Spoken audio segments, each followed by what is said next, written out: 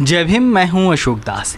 EVM को लेकर जो सवाल उठने शुरू हुए थे वो अभी तक ख़त्म नहीं हुए हैं और हर ओर से देश के अलग अलग हिस्सों से तमाम लोग ईवीएम को लेकर सवाल उठा रहे हैं। और एक बार फिर जब उत्तर प्रदेश में और पंजाब में और तमाम राज्यों में चुनाव होने हैं अगले साल और उसके 1-2 साल बाद तक, तो फिर से एक बार ईवीएम को रोकने की मांग जोर पकड़ रही है। और इसी सिलसिले में हमारे साथ हैं एडवोकेट राजकुमार, जिन्होंने ईवीएम को लेकर सवाल पूछा है आरटीआई के ज़रिए और तमाम दिलचस्प बातें उसमें सामने आई हैं। ये राजकुमार जी का परिचय यह है कि वह संविधान बचाओ ट्रस्ट के संयोजक हैं और 14 जून 2021 को उन्होंने ईवीएम को लेकर सवाल उठाया था और देश के 550 ज़िलों के जो जिलाधिकारी हैं वहाँ जो जिला सूचना अधिकारी बैठते हैं उनसे उन्होंने सवाल पूछे थे ईवीएम को लेकर। इसके साथ ही राज्यों के मुख्य चुनाव आयुक्त से सवाल पूछे थे। क्या जवाब मिला उन्होंने, क्या सवाल थे उनके, क्या संशय है इनका ईवीएम को लेकर, इस पे हमारे साथ बात करेंगे राजकुमार जी। राजकुमार जी, स्वागत है आपका। थैंक यू सभी को जय भीम जी। सर, सबसे पहले तो ये बताइए कि ईवीएम के खिलाफ आपने आरटीआई क्यों लगाया, क्यों ज़रूरत पड़ी आपको? देखिए, ईवीएम के खिलाफ हमने आरटीआई नहीं लगाई, इसको हम थोड़ा संशोधन करना चाहेंगे। हम जो लोकतांत्रिक देश में रहते हैं और लोकतंत्र में जो सरकार बनती है उसका पारदर्शिता एक सबसे महत्वपूर्ण बिंदु है।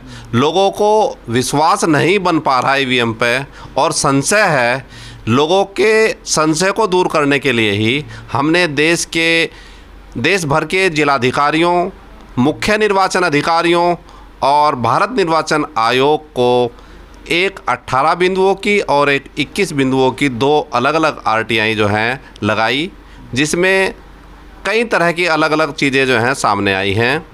सबसे पहले मैं बताना चाहूँगा, जो जिलाधिकारी हैं, ज़्यादातर जिलाधिकारियों ने जो सर, हम उस पर आएंगे। पहले आप ये बताइए कि आपने जो सवाल पूछे थे ईवीएम को लेकर, वो सवाल कौन से थे? आपने क्या क्या सवाल पूछा था? सवाल कई तरह के सवाल थे, जिसमें हमने सवाल पूछा था कि कंट्रोल यूनिट कैसे सत्यापित करता है कि आरटीसी का समय सही या गलत है। ईवीएम के विन्यास भंडारण के लिए चिप फ्लैश पर कितना है।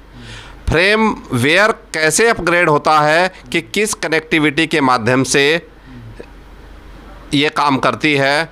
और ये भी सवाल हमने पूछा था कि जो ईवीएम है वो भारत से या यूरोप से या यूरेशिया से किस संस्थान द्वारा इसको जो है रिकॉग्नाइज किया गया है, इसकी सत्यता के बारे में कोई सर्टिफिकेट जारी किया गया है। इस तरह के हमने जो सवाल जो है पूछे थे कि कोई भी मशीन होती है उसमें जैसे भारत में ISI मार्का जो है उसको देकर जो है उसकी गारंटी दी जाती है कि ये जिस काम के लिए बनी है ये सही उतरेगी।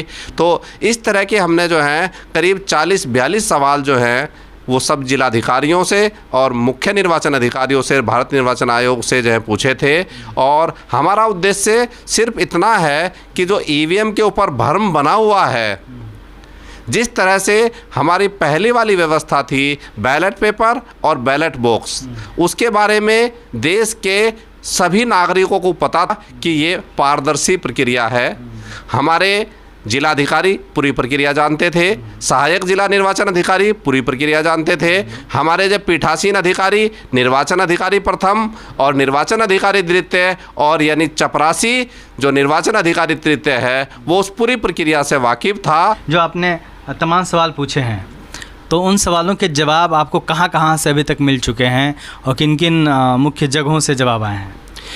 हमारे पास कई राज्यों से जवाब आए हैं और विशेष तौर पर उत्तर प्रदेश के जो जिलाधिकारियों ने जवाब दिए हैं उसमें ज़्यादातर जिलाधिकारियों ने जो है ये कहा है कि ये जो सूचना है जो हमने मांगी है, ये जो ईवीएम बनाने वाली कंपनी है सिर्फ उसके पास है, हमारे पास कोई तकनीकी अधिकारी निर्वाचन कार्यालयों में तैनात नहीं है और हमारे पास ये सूचना उपलब्ध नहीं है। तकनीकी सूचना है और जो BEL और ECIL है, ये दोनों कंपनियों के पास ये सूचना जो है ली जा सकती है। उत्तर प्रदेश के मुख्य निर्वाचन अधिकारी ने हमें जो सूचना दी है, उनका ये कहना है जो अभी हाल ही में उत्तर प्रदेश के चुनाव कराएंगे कि दोनों हमारे जो प्रार्थना पत्र थे वो भारत निर्वाचन आयोग को जो उन्होंने भेज दिए हैं और भारत निर्वाचन उन्होंने कहा है कि ये सूचना भारत निर्वाचन आयोग देगा।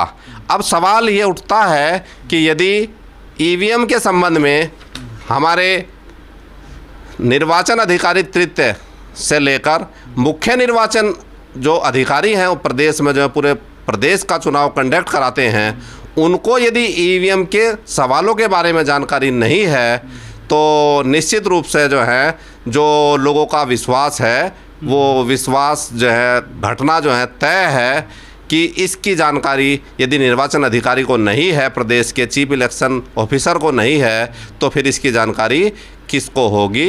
ये देश के लिए एक बहुत बड़ा प्रश्न है और मैं चाहूँगा कि देश के समस्त नागरिक जो सवाल हम लोगों ने उठाए हैं वो भारत निर्वाचन आयोग और ECIL कंपनियां जो हैं ये ईवीएम बनाने वाली, इनसे पूछें और इस मशीन की प्रमाणिकता तय हो पहले इलेक्शन में जाने से पहले कि इसको जो है कोई जो कंपनी है, जो देश विदेश में कंपनियां हैं, तो वो इसकी प्रमाणिकता तय करें और तय करने के बाद हमें इससे कोई दिक्कत नहीं है कि ईवीएम से चुनाव हो या बैलेट पेपर से चुनाव हो। हम ये चाहते हैं कि जिस तरह से बैलेट बॉक्स का में किसी तरह का भी लोकतांत्रिक देशों में जहाँ जो लोग हमसे आगे हैं तकनीक में, वो बैलेट बॉक्स को जो है ईवीएम मशीन से अधिक जो हैं पारदर्शी मान रहे हैं।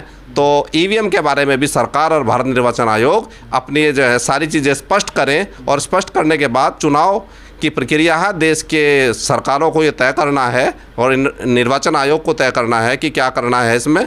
और देश की जो है लोगों की जो है जो अविश्वास पैदा हुआ है उसका विश्वास दिलाना जो है वो लोकतंत्र के लिए बहुत ज़रूरी है। सरकार को मैं सरकार से भी मांग करता हूँ, केंद्र सरकार से भी मांग करता हूँ, राज्य सरकारों से भी मांग करता हूँ, भारत निर्वाचन आयोग से भी मांग करता हूँ और यहाँ तक कि जो ये कंपनियाँ हैं जो ईवीएम बना रही हैं इनसे भी मैं मांग करता हूँ कि देश के जो है लोकतांत्रिक देश में यदि देश के किसी भी नागरिक को कोई अविश्वास जो है अपने लोकतांत्रिक व्यवस्था पर हुआ है, चुनाव प्रक्रिया पर यदि अविश्वास हुआ है, तो ये सबकी जिम्मेदारी है वो देश के प्रत्येक नागरिक का जो है विश्वास जो है हासिल करे और फिर उसके बाद चुनाव जो है जो व्यवस्था हो वो लागू की जाए। निश्चित तौर पे जो सवाल उठ रहे हैं लगातार ईवीएम को लेके एक भ्रम की स्थिति बनी हुई है और लगातार सवाल, कई तरह के सवाल जब भी चुनाव होते हैं तब कई तरह के सवाल लोगों के मन में आते हैं और यह सरकार की जिम्मेदारी है, यह निर्वाचन आयोग की जिम्मेदारी है कि उन सवालों के जवाब दें और जो भी भ्रम की स्थिति बनी हुई है उसको साफ करें। आप देखते रहिए दलित दस्तक और हमारे चैनल को सब्सक्राइब भी ज़रूर करिए। जय भीम।